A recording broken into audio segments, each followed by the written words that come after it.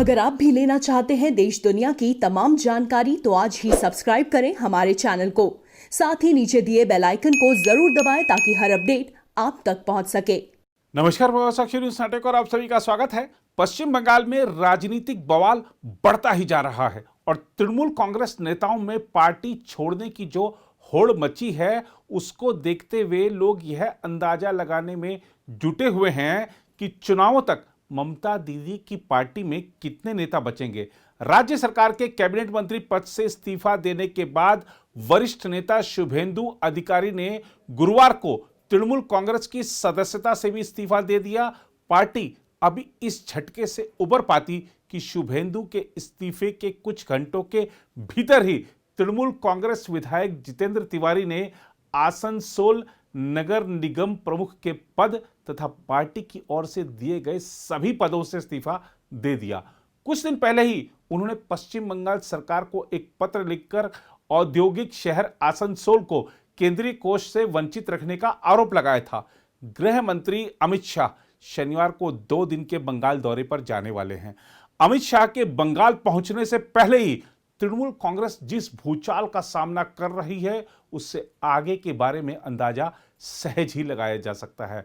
बंगाल में भाजपा ने केंद्रीय मंत्रियों और अन्य राज्यों के वरिष्ठ पार्टी नेताओं को भी नई जिम्मेदारियां सौंपकर आक्रामक तरीके से चुनाव लड़ने के अपने इरादे साफ कर दिए हैं।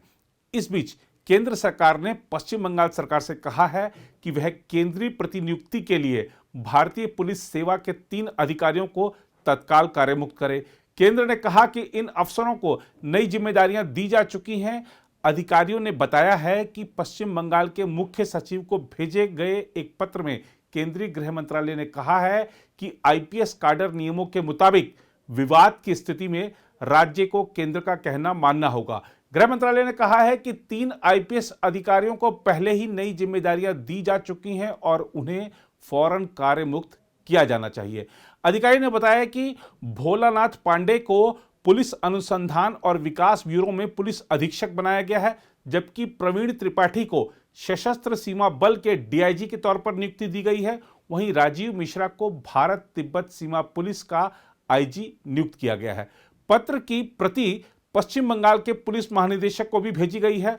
भाजपा के राष्ट्रीय अध्यक्ष जेपी नड्डा के काफिले पर पिछले हफ्ते हमले के बाद ड्यूटी में कथित लापरवाही को लेकर केंद्र ने इन 3 आईपीएस अफसरों को केंद्रीय प्रतिनियुक्ति पर आने का निर्देश दिया था। उधर केंद्र के इस आदेश का विरोध करते हुए मुख्यमंत्री ममता बनर्जी ने निशाना साधते हुए कहा कि 3 आईपीएस अधिकारियों की प्रतिनियुक्ति का आदेश सत्ता का घोर दुरुपयोग है और राज्य सरकार विस्तारवादी तथा अलोकतांत्रिक ताकतों के आगे नहीं झुकेगी। ममता बनर्जी ने सिलसिलेवार ट्वीट में कहा कि यह केंद्र द्वारा राज्य के अधिकार क्षेत्र का अतिक्रमण करने और पश्चिम बंगाल में सेवारत अधिकारियों का मनोबल घटाने के लिए जानबूझकर किया गया प्रयास है। उन्होंने कहा यह कदम खासकर चुनाव से पहले संघीय ढांचे के मूल सिद्धांतों के खिलाफ है। यह पूरी तरह असंवैधानिक और पूरी तरह अस्वीकार्य है। उधर अगले साल होने वाले पश्चिम बंगाल विधानसभा चुनाव के मद्देनजर भाजपा ने अपने अभियान में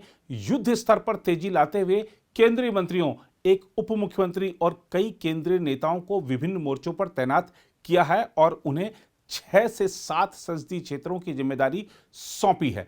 पार्टी सूत्रों से मिली जानकारी के मुताबिक केंद्रीय गृह मंत्री अमित शाह इस सप्ताहांत राज्य का दौरा करेंगे। वहीं केंद्रीय मंत्रिपरिषद के उनके सहयोगी गजेंद्र सिंह शेखावत, संजीव बालियान, प्रहलाद पटेल, अर्जुन मुंडा और मनसुख भाई मांडविया अगले कुछ दिनों के भीतर प्रदेश का दौरा करेंगे। सूत्रों के मुताबिक उत्तर प्रदेश के उप मुख्यमंत्री केशव प्रसाद मौर्य और मध्य प्रदेश सरकार में वरिष्ठ मंत्री नरोत्तम मिश्रा को भी पश्चिम बंगाल में जिम्मेदारी सौंपी गई है। केंद्रीय मंत्री प्रहलाद पटेल से जब उन्हें पश्चिम बंगाल में मिली जिम्मेदारी के बारे में पूछा गया तो उन्होंने इस बात की पुष्टि की और बताया कि उन्हें उत्तर बंगाल में पार्टी की चुनावी तैयारियों का जिम्मा सौंपा गया है। सूत्रों ने बताया कि अमित शाह 19 दिसंबर को इन सभी नेताओं के साथ एक बैठक करेंगे और आगे की रणनीति पर चर्चा करेंगे। अमित शाह इस सप्ताहांत 2 दिवसीय बंगाल दौरे पर रहेंगे। इस दौरान वह एक राजनीतिक सभा को संबोधित करेंगे और मिदनापुर जिले में एक किसान के घर दोपहर का भोजन करेंगे। ऐसी खबरें और चर्चाएं हैं कि तृणमूल कांग्रेस से नाराज चल रहे पूर्व मंत्री शुभेंदु अधिकारी अमित शाह की मौजूदगी में भाजपा का दामन थाम सकते हैं। अधिकारी ने ममता मंत्रिमंडल से इस्तीफा देने के बाद बुधवार को तृणमूल कांग्रेस के विधायक पद से भी इस्तीफा दे दिया था। भाजपा नेतृत्व ने पहले ही अपने केंद्रीय पदाधिकारियों को पश्चिम बंगाल के 5 विभिन्न इलाकों की जिम्मेदारी सौंप रखी है। पश्चिम बंगाल के विधानसभा चुनाव में भाजपा हालांकि अभी तक कोई खास प्रभाव नहीं छोड़ पाई है, लेकिन 2019 के लोकसभा चुनाव में राज्य की 18 सीटों पर मिली जीत से उसके हौसले बुलंद हैं और वह तृणमूल कांग्रेस के मुख्य प्रतिद्वंद्वी के रूप में उभर कर सामने आई है।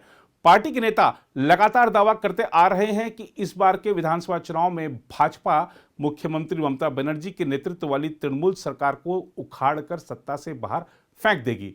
इस बीच पश्चिम बंगाल में अगले साल होने वाले विधानसभा चुनाव के लिए उपचुनाव आयुक्त सुदीप जैन ने पूरे राज्य की चुनाव तैयारियों की समीक्षा करने के लिए अधिकारियों के साथ बैठक की।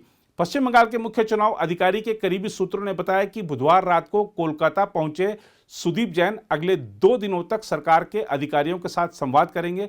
माना जा रहा है कि वह स्वास्थ्य अधिकारियों के साथ समन्वय करेंगे ताकि चुनाव प्रक्रिया के दौरान कोविड-19 महामारी के मद्देनजर सुरक्षा उपायों की जरूरत संबंधी जानकारी प्राप्त की जा सके। उल्लेखनीय है कि इससे पहले विपक्षी भाजपा ने दावा किया था कि निष्पक्ष और पारदर्शी चुनाव राज्य प्रशासन के अधीन नहीं हो सकता है और इसीलिए चुनाव के लिए केंद्रीय बलों की तैनाती की जानी चाहिए।